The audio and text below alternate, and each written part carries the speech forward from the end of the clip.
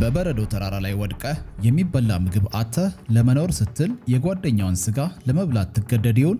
ዛሬ በዓለም ላይ ከተከሰቱ እጅግ አስገራሚና እውነተኛ ታሪኮች መካከል አንዱንና ሶሳይቲ ኦፍ ዘ ስኖው የተሰኘውን ድንቅ ፊልም እናያለን። ለ72 ቀናት በሞት ጥላ ውስጥ የተደረገውን የህልውና ትግል ለማየት እስከ መጨረሻው አብራችሁን ቆዩ።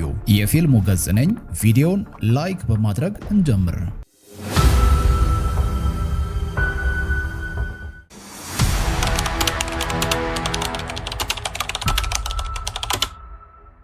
ታሪኩ የሚጀምረው በ1972 በኡራጋይ ነው። የአንድ ራግቢ ቡድን አባላት ለጨዋታ ወደ ቺሊ ለመሄድ አውሮፕላን ተከራይተው ጉዞ ይጀምራሉ።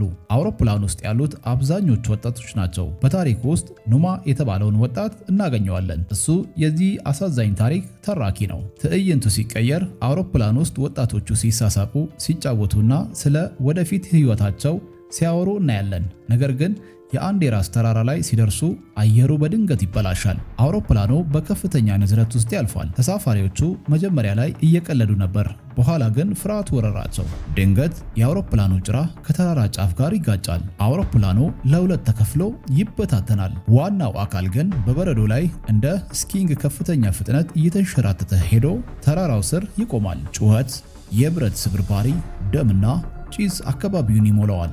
ሰላማዊ ጉዞ ወደ ሲኦል ተቀየረ። ትዕይንቱ ሲቀየር ፀሐይ መጥለቅ ጀመረች።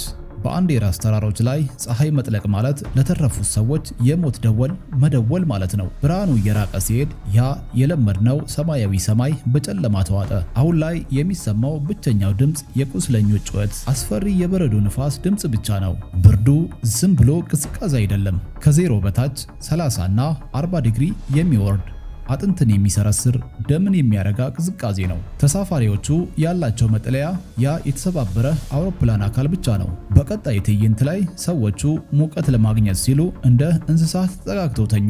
እርስ በርሳቸው ይደባበሳሉ፣ ምክንያቱም እንቅስቃሴ ካቆሙ ደማቸው ይረጋል። ደማቸው ከቆመ ደግሞ አይነቁም። በዚያ ጨለማ ውስጥ ማንንም ማየት አይችልም። የሚሰማው የጓደኞቻቸው ሲቃ ብቻ ነው።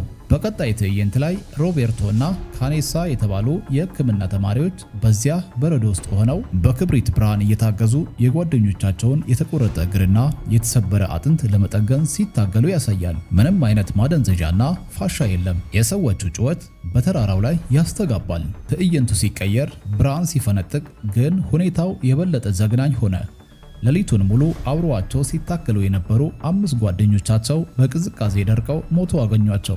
የተረፉት ሰዎች ማልቀስ እንኳ አልቻሉም፣ ምክንያቱም እንባቸው በዓይናቸው ላይ ይቀዘቅዝ ነበረ። ያላቸው ምግብ በጣም ጥቂት ቸኮሌትና ወይን ብቻ ነበር። ቀናት አልፈው ሳምንታት እየተተኩ ነው። በ10ኛው ቀን አንድ ታምር የሆነ የሚመስል ነገር ተከሰተ። ካላቸው ፍርስራሽ ውስጥ አንድ ትንሽ ሬዲዮ ጠግነው ዜና ማዳመጥ ቻሉ። ሁሉም ተሰበሰቡ። ልባቸው በከፍተኛ ሁኔታ ይመታ ነበር። ነገር ግን የሰሙት ዜና ተስፋቸውን ገደለው። ዜናው እንዲህ ይል ነበር: የጠፋው የኡራጋይ አውሮፕላን ፍለጋ በይፋ ተቋርጧል። ፍለጋው ተቋርጧል ማለት ሙታን ተብለው ተፈርጀዋል ማለት ነው። ማንም ሊያድናቸው አይመጣም። የሚተርፉት በራሳቸው ጥረት ብቻ ነው።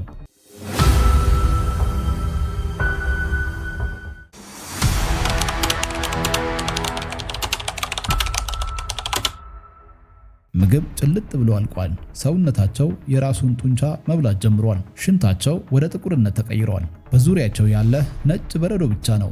ምንም አይነት እንስሳ፣ ምንም አይነት ተክል የለም። በዚህ ጨለማ ሰዓት ናንዶ እና ሮቤርቶ አንድ ማንም ሊያስበው የማይፈልገውን ሐሳብ አቀረቡ። ለመኖር ከፈለግን የሞቱትን ጓደኞቻችንን ስጋ መብላት አለብን። ይህ ሲነገር ክፍል ውስጥ ድንጋጤ ነገሰ።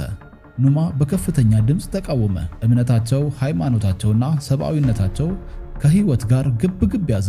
ናንዶ ግን በእንባ እየታጠበ ካልበላን ሁላችንም እንሞታለን። እኔ ከሞትኩ ስጋዬን እንድትበሉ አሁኑኑ ፈቅዳለሁ። ለቀናት ተከራከሩ። ይህ ኃጢአት ነው ወይስ መስዋዕትነት እያሉ ራሳቸውን ጠየቁ። በመጨረሻ ግን የመኖር ፍላጎታቸው ከፍርሃታቸው በላይ ሆነ። ትዕይንቱ ሲቀየር ለመጀመሪያ ጊዜ ያንን ምግብ ሲቀምሱ በአውሮፕላን ውስጥ የነበረው መንፈስ ተቀየረ። አሁን እነሱ የበረዶ ማህበረሰብ ወይም ሶሳይቲ ኦፍ ዘ ስኖው ሆነዋል። አሁን ትንሽ ተረጋግተው ለመኖር ጥረት እያደረጉ እያለ ግን ተፈጥሮ ሌላ ጉዳይ ክንዷን አነሳችባቸው። አንድ ምሽት ታላቅ የበረዶ ናዳ አውሮፕላኑን ይደፈነው። በሰከንድ ውስጥ ሁሉም ነገር ጨለመ። ኑማ እና ጓደኞቻቸው በሕይወት እያሉ መቃብር ውስጥ ገቡ። ለ3 ቀናት ያህል በዚያ ጠባብና አየር በሌለው ስፍራ ውስጥ ታፍነው ቆዩ። በዚህ አሰቃቂ አደጋ ውስጥ የቡድኑ ሞተር የነበረው ኑማ እግሩ ላይ ከባድ ጉዳት ደረሰበት። ቁስሉ እየበሰበሰ መጣ። ኑማ ሞት እየቀረበው መሆኑን አውቆ እየተንቀጠቀጠች ባለች እጁ አንዲት ማስታወሻ ጻፈ። ከዚህ የሚበልጥ ፍቅር የለም፣ ነፍሱን ለጓደኞቹ አሳልፎ የሚሰጥ። ኑማ ሲያርፍ ጓደኞቹ ኑማ ለኛ ሲል ሞቷል፣ እኛ ደግሞ ለእርሱ ስንል መኖር አለብን አሉ። ይህ መስዋዕትነት የመጨረሻና ትልቁ የፍቅር መገለጫ ነው። ትዕይንቱ ሲቀየር ቀናት አልፎ 7ኛ ቀን ላይ ደረሱ። ናንዶና ሮቤርቶ እዚህ ተቀምጠን ሞታችንን ከመጠበቅ እየተጓዝን ብንሞት ይሻላል በማለት የህልውና ውጊያ ጀመሩ። ያለምንም ዘመናዊ መሳሪያ ያንን ግዙፍ የአንዴራስ ተራራ መውጣት ጀመሩ። ለ10 ቀናት ያለ እረፍት በብርድ እና በረሃብ መካከል በረዶን እየቀዘፉ ተጓዙ።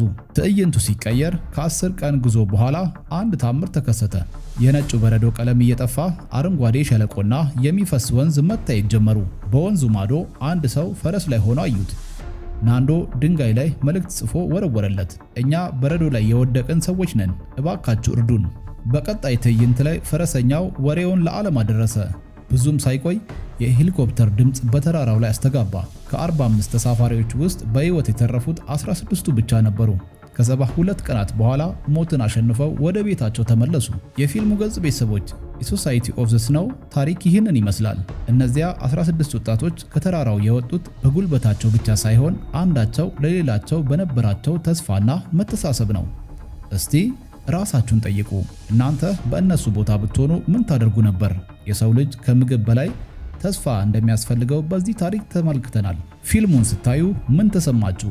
ሐሳባችሁን ኮሜንት ላይ አጋሩኝ። ይህንን ቪዲዮ ከወደዳችሁ ላይክ በማድረግ አግዙኝ። እንደዚህ አይነት ታሪኮች እንዲደርሳችሁ ሰብስክራይብ በማድረግ የቤተሰባችን አባል ይሁኑ። በቀጣይ የትኛውን ፊልም እንዳደርስላችሁ ትፈልጋላችሁ? ኮሜንት ላይ ጻፉልኝ። እስከሚቀጥለው ቪዲዮ በሰላም ቆዩልኝ። የፊልሙ ገጽ ነበርኩ። ሰላም ለእናንተ።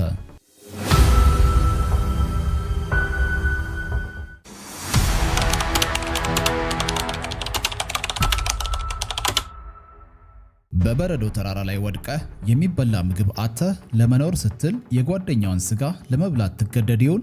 ዛሬ በዓለም ላይ ከተከሰቱ እጅግ አስገራሚና እውነተኛ ታሪኮች መካከል አንዱንና ሶሳይቲ ኦፍ ዘ ስኖው የተሰኘውን ድንቅ ፊልም እናያለን። ለ72 ቀናት በሞት ጥላ ውስጥ የተደረገውን የህልውና ትግል ለማየት እስከ መጨረሻው አብራችሁን ቆዩ።